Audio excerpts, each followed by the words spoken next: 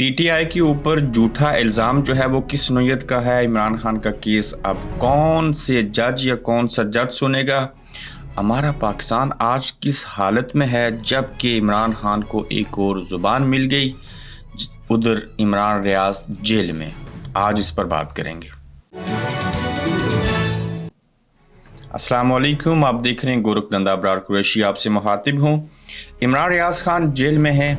Fish farm का मामला था, ज़मीन लेने की बात थी, फार्म हाउस का मसला था, चकवाल के अंदर ये चीज़ें थी और एक झूठा जाली बेबुनियाद केस बनाकर उनके वालिद के ऊपर भी पर्चे दर्ज किए गए और उन्हें अज़ियत देते हुए अभी तक फिर से उनको जेल में रखा जा रहा है।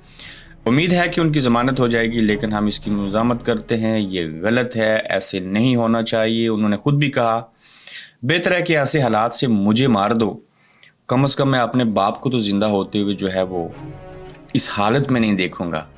असतूर को भी पकड़ा गया, कुछ दिन रखा गया, बड़ा अच्छा गहरा सच्चा सच बोलते हैं, ख़ासकर इस्टेब्लिशमेंट की और अदलिया की जो इनसाइड स्टोरीज़ होती हैं उनको सामने लेके आते हैं। FIA के दफ्तर में बुलाया गया और फिर 8-9 घंटे रखने के बाद छोड़ दिया गया। ये भी एक काबिल मज़ामत बात है। असतूर के साथ भी जो कुछ हुआ, साफ़ी आज़ाद होने चाहिए, इनको बोलने का लिखने का हक हासिल होना चाहिए, इनके ऊपर पाबंदियाँ किसी सूरत नहीं होनी चाहिए। फिर आप देखिए कि पाकिस्तान तहरीक इंसाफ ने किस नौयत का जो है वो सच बोला और उसके अंदर किस तरह की चीज़ें हैं।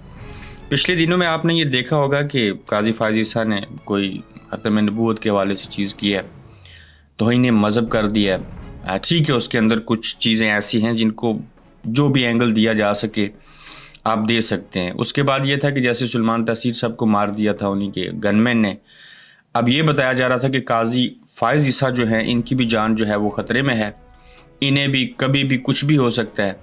तो लिहाजा वो बड़े डरे हुए थे, बड़े सहमे हुए थे और इस बात का इल्ज़ाम जो है ट्रोलिंग करने का पाकिस्तान तहरीक इंसाफ के ऊपर आ रहा था।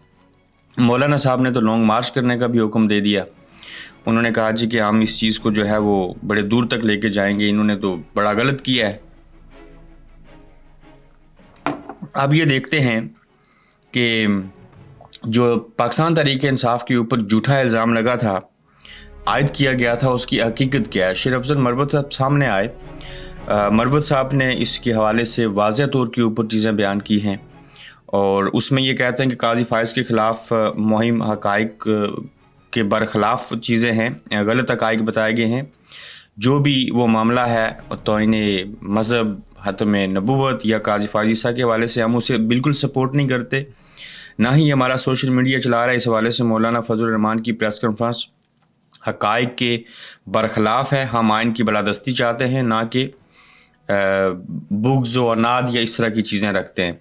शेर अफजल मरवत की ये गुफ्तगू जो थी, इसके बाद ये साबित हुआ कि पाकिस्तान तहरीक इंसाफ को इस मजहबी मुनाफ़रत जो फैलाई जा रही थी, जिसमें काजी फ़ायज़ ईसा को मारने की भी बातें की गई, वाजिबुल कत्ल करार दे देते हैं, इसके ऊपर वाज़ेह उन्होंने कह दिया कि इससे हमारा कोई भी लेना देना नहीं है और हम ऐसा नहीं चाहते। पाकिस्तान तहरीक इंसाफ इस प्रोपेगेंडे का हिस्सा नहीं है।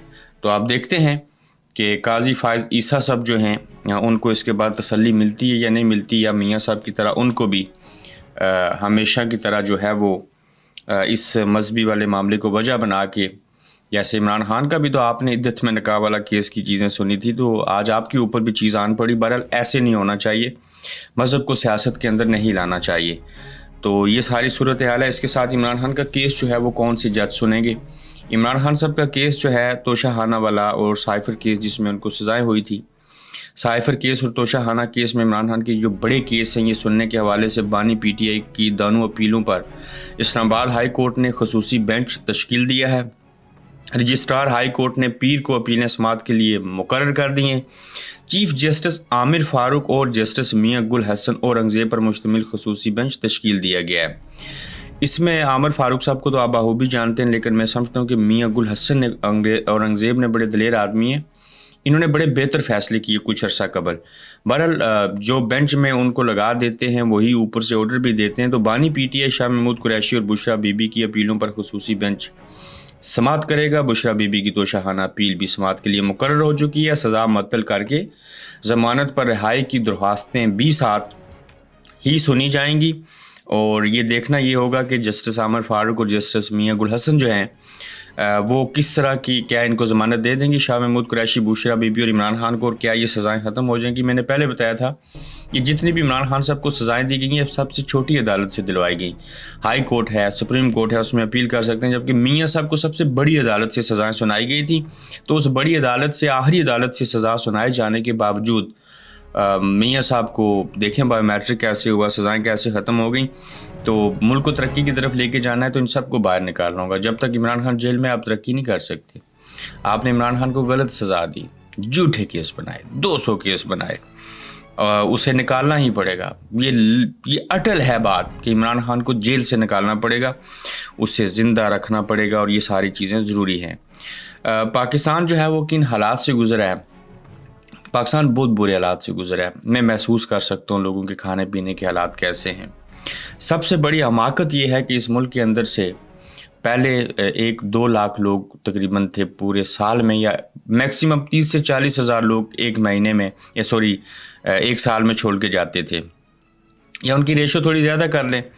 اس وقت 6.5 سے 7 لاکھ لوگ جو ہیں پڑھے لکھے، انٹلیکچوئل، مختلف فیلڈ کے اندر مہارت رکھنے والے، وہ پاکستان کو چھوڑ کر بیرونی دنیا میں جا رہے ہیں، جس میں UK ہے، یورپ ہے، آسٹریلیا ہے، کینیڈا، امریکہ۔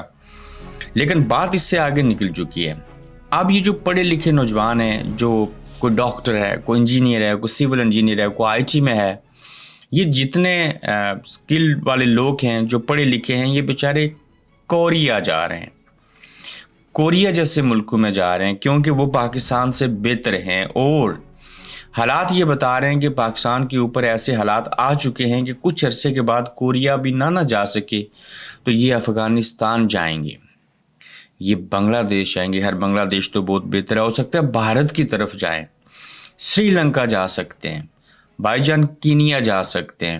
ہمارے ملک کے اندر نہ جان کا تحفظ، نہ مال کا تحفظ، نہ کوئی آئین، نہ قانون، نہ کوئی انصاف، تو وہاں کیوں کوئی رہے گا؟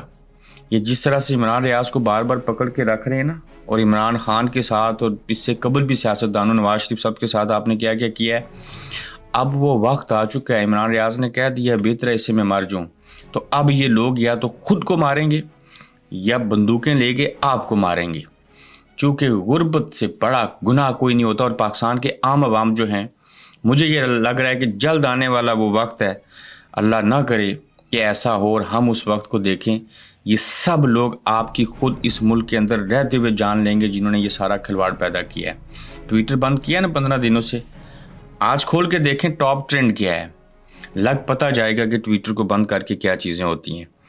تو یہ بڑی بری حالت ہے کہ لوگ ماسٹر M.Phil ڈگری ہولڈر نوجوان جو ہیں وہ کوریا جیسے ملکوں میں لیبر ویزا کے لیے اپلائی کر رہے ہیں۔ پاکستان میں اپنا مستقبل نظر نہیں آ رہا، تبھی تو یہ کوریا کے چند ویزوں کے اشتہار کے بعد اوورسیز امپلائمنٹ کے باہر طویل قطاریں بنائے کھڑے ہیں۔ انبلیویبل۔ کپتان کے کھلاڑی ایکشن میں آ گئے اور عمران خان کو نئی زبان مل گئی۔ فیصل جاوید لمبے عرصے بعد آئے، بات چیت کی میڈیا سے، انہوں نے کہا زبان بند، جھنڈا بند، پارٹی بند، بلے کا نشان ختم، پھر بھی عمران خان جیت گیا۔ نازل ہوئے ہیں، ان کے حق میں بات کر رہے ہیں، ان کا پہلے بھی بڑے اچھے سے استقبال کرتے تھے، دفاع کرتے تھے، اکثر بڑے بڑے جملے بولتے تھے، بالآخر واپس آ گئے۔ فیصل جاوید کو کسی صحافی نے پوچھا کہ بھائی آپ کہاں تھے؟ اتنا وقت بھی نہیں ملا کہ کسی حجام کے پاس جاتے اور اپنا حلیہ ٹھیک کروا لیتے۔ وہ جو صحافی صاحب سوال پوچھ رہے تھے ان کی اپنی حالت اتنی بری تھی کہ وہ فیصل جاوید سے بھی حالت بری تھی۔ فیصل نے کہا کہ بھائی میں تو رپوش تھا، تم کہاں تھے؟ تم اپنے حجام کے پاس جا کے تو آپ نے اپنا حلیہ درست کیوں نہیں کروایا؟